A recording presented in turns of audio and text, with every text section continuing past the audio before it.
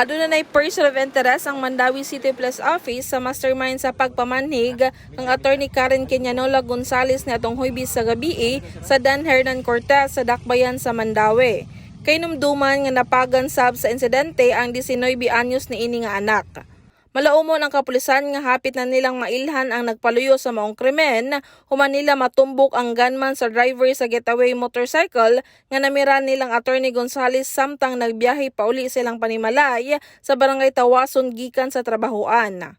Matod ni Mandawi City Police Office Deputy City Director for Operations, Police Lieutenant Colonel Frank Oriol, nga base sa ilang investigasyon, nagkatakdo ang pamahayag sa mga witnesses ug sa mga banay Gonzales.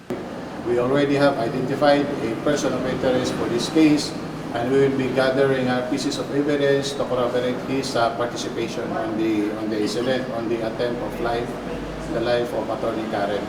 Gikan sa tulo ka motibo, usa na lang kaanggulo ang ilang gitutukan sa pagkakaron, apan wala kaayo mo detalye si Oriol aron dili makompromiso ang ilang nagpadayon nga investigasyon. Gipatawag yapon sa MCPO ang mga hepe sa kasigpit nga lugar aron makatabang sa pagpangita sa mga suspitsado. Ang ato mga investigador na lang in the process of collecting pieces of evidence to corroborate sa iyang location. O niya mo nagitanaw na ito, i-appreciate na ito na mas bugat yun siya ang ato ang mga after collecting sa mga statements gikan sa iyang pamilya, sa iyang kaubanan sa trabaho ni Attorney Karen o sa mga CCTV na ito nakuha mismo and sa mga affidavits o witnesses na nakakita sa pangkitabo na ito, i-corroborate na nato tanan. Samtang ana-ana sa luwas nga kahimtang si Attorney Gonzales, human kini gipaubos sa operasyon ni atong Biyernes.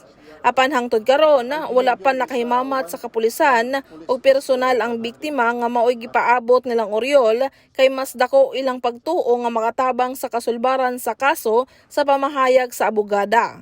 Gawa sa kapulisan, mitabang na sab sa investigasyon ang National Bureau of Investigation Mandawi District sa kaso ni Attorney Gonzales, human nga nagpakitabang ang igsuon ni ini.